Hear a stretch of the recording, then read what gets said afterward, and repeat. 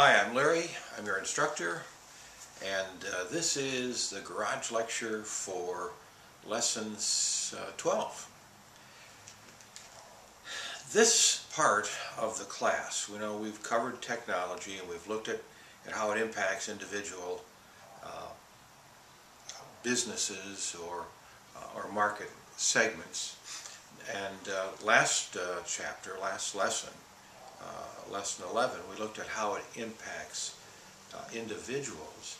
Now we're going to look at how technology impacts the four major social institutions that we have in our society. And those are the family, the church, school, and recreation. First, what kind of impact does technology have on the family? Well, the lives of children have changed considerably because of technology.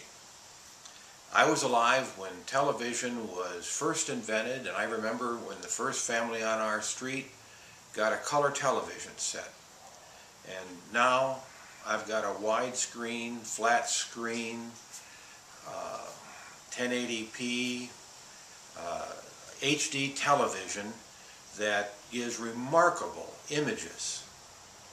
No longer am I using a VCR, and I remember when VCRs first came out. In fact, you had a choice between getting a VCR or a Beta. Beta was made by Sony, and actually Beta was better, but they sold more VCRs. Betas went out of business, and bingo, now we don't even have VCRs, we have Blu-ray. So this has affected the lives of children.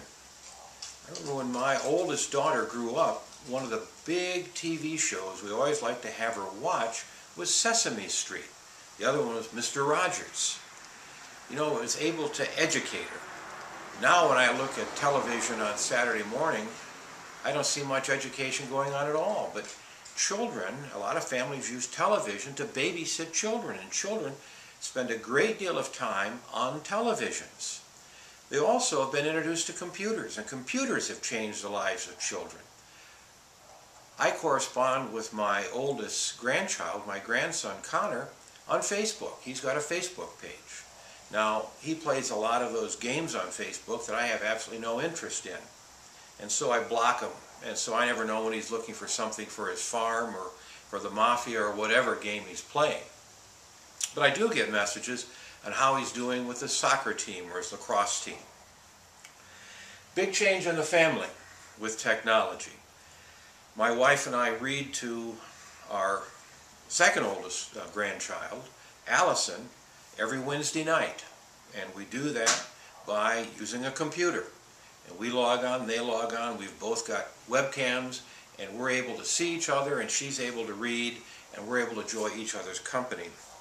She lives in Michigan, I'm living here in Kansas. So technology, tremendous impact on the family. Technology in terms of household chores.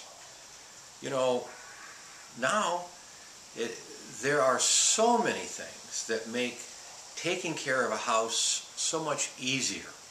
We've gone from vacuums that weighed about 10 pounds less than my truck to the Roombas, which now vacuum the floor in your house with some kind of electronic eye that direct them around as they go around. The other thing that's affected family are the whole issue of reproduction.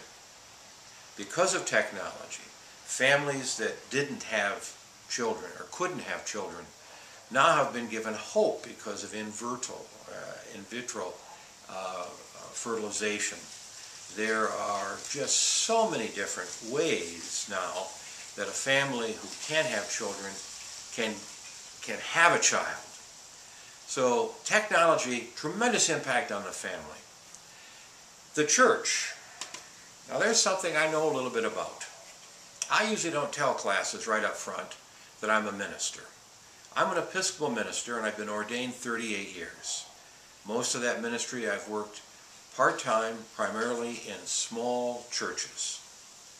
And I've spent the rest of my time in a secular job, and for the past 15 years I've gone back into education, and I spend my time doing things like teaching this class.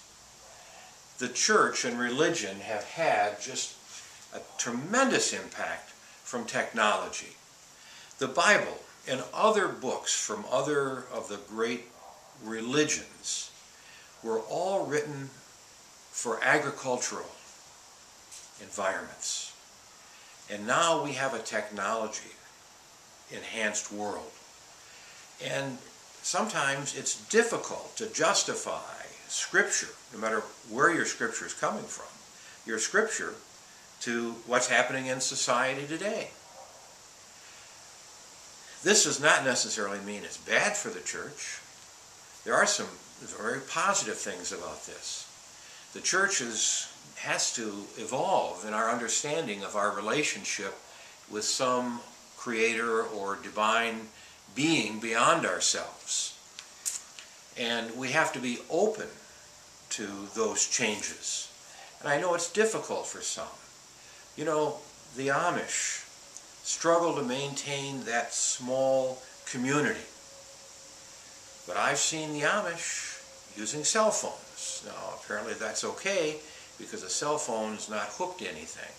And they take it to a friend's house and have them charge it up.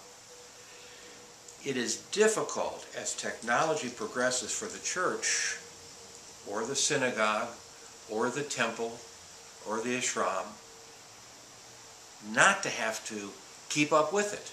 And I tell you, just in terms of within a church itself, technology has allowed us to put in better sound systems, to be able to record services that can be sent to shut-ins. Because of television and radio, we're able to broadcast religious services. Now, frankly, a lot of those I see on television, I'm not sure are worthy of the airwaves, but nevertheless, technology has intervened, and the good news or the word is able to spread through technology.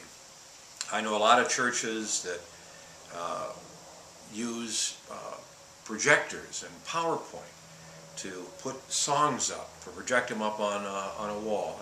My denomination doesn't do that, but for those denominations that do it, it saves them a great deal of money because they don't have to print up those hymnals and pass them around.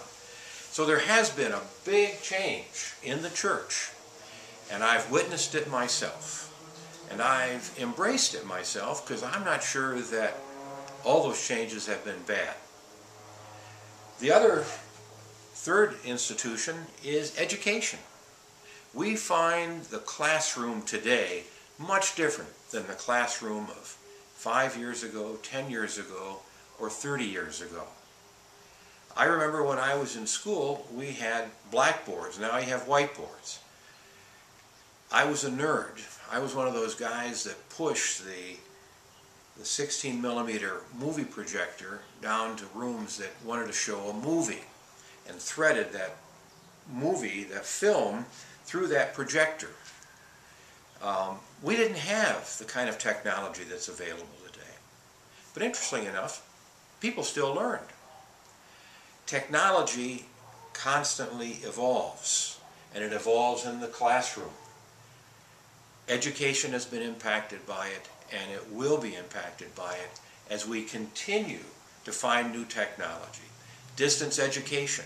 We are able to deliver education, just like this class you're taking, to people who are around the country or even around the world. I've had classes where I've had students in the majority of my students were in other states. I've also had classes where I've had a student in Mexico and had a student in Hawaii. So it's not uncommon to see how technology has changed education, especially in terms of things like distance education. The fourth social institution that's impacted is recreation. And you think, how is recreation impacted? Well, we've gone from the hula hoop to the Wii. You can get a Wii and you can do exercise with it, you can bowl with it, you can play tennis with it. Apparently now you can download movies to it. So there's been a tremendous change in how we recreate ourselves through recreation. Technology has had an impact in training. Olympic athletes and athletes, professional athletes, are able to, because of the advances in technology, lower their speeds or exceed their jumps. They are able to put things on their bodies and have them run and find out what kind of thing they need to change to improve their speed. Because of technology, we have football players now who wear leg braces to prevent them from having knee injuries. Technology, especially in the field of medicine, technology has allowed some athletes to play well beyond what would used to be the normal life expectancy for a pro athlete. So as you go through this chapter, as you go through this lesson, think about all four of these areas and how they're impacted by technology. How has technology shaped each one of these, and where do you think these institutions will go with the constant revision of technology? I don't believe any of those institutions are going to go away, but I do believe that over the course of the next 5, 10, 50 years, they will be changed in ways that make them stronger and give them more opportunity. So until next week, we'll see you. Bless you.